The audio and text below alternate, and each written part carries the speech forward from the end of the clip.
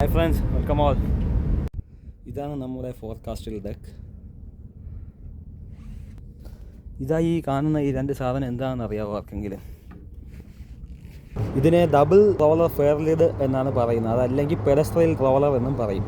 ഇത് mooring operation നടക്കുന്ന ടൈമിൽ റോപ്പുകൾ ഇതിൻ്റെ ഇടയിൽ കൂടെ പാസ് ചെയ്യാൻ വേണ്ടിയാണ് ഇത് യൂസ് ചെയ്യുന്നത്.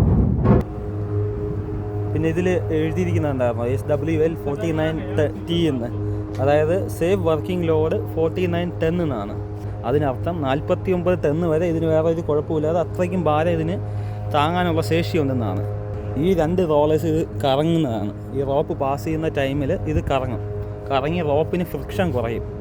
റോപ്പാണെങ്കിലും മോറിംഗ് വയറാണെങ്കിലും. അതാണ് ഇതിൻ്റെ ഉപയോഗം. അത് നമ്മൾ ഈ വിഞ്ചിൽ കണക്ട് ചെയ്യാൻ വേണ്ടിയാണ്. ഈ വിഞ്ചിലെ റോപ്പ് വേണമെങ്കിലും ഇതുവഴി പാസ് ചെയ്യാൻ പറ്റും. ഇതുവഴി എടുത്ത് ഇതുവഴി റോപ്പ് പോയി ആ ഫെയർ ലീഡ് വഴി പാസ് ചെയ്യും. അതുപോലെ തന്നെ ഈ ഡ്രമ്മിലെടുക്കാനും ഇത് നമുക്ക് യൂസ് ചെയ്യാം. ഇതാണ് ഇതിൻ്റെ ഉപയോഗം. വരും വീഡിയോയിൽ നമുക്ക് ഇതിൻ്റെ ബാക്കിയുള്ള സാധനങ്ങൾ എന്തൊക്കെയാണെന്ന് എക്സ്പ്ലെയിൻ ചെയ്യാം. Okay, bye bye, take care.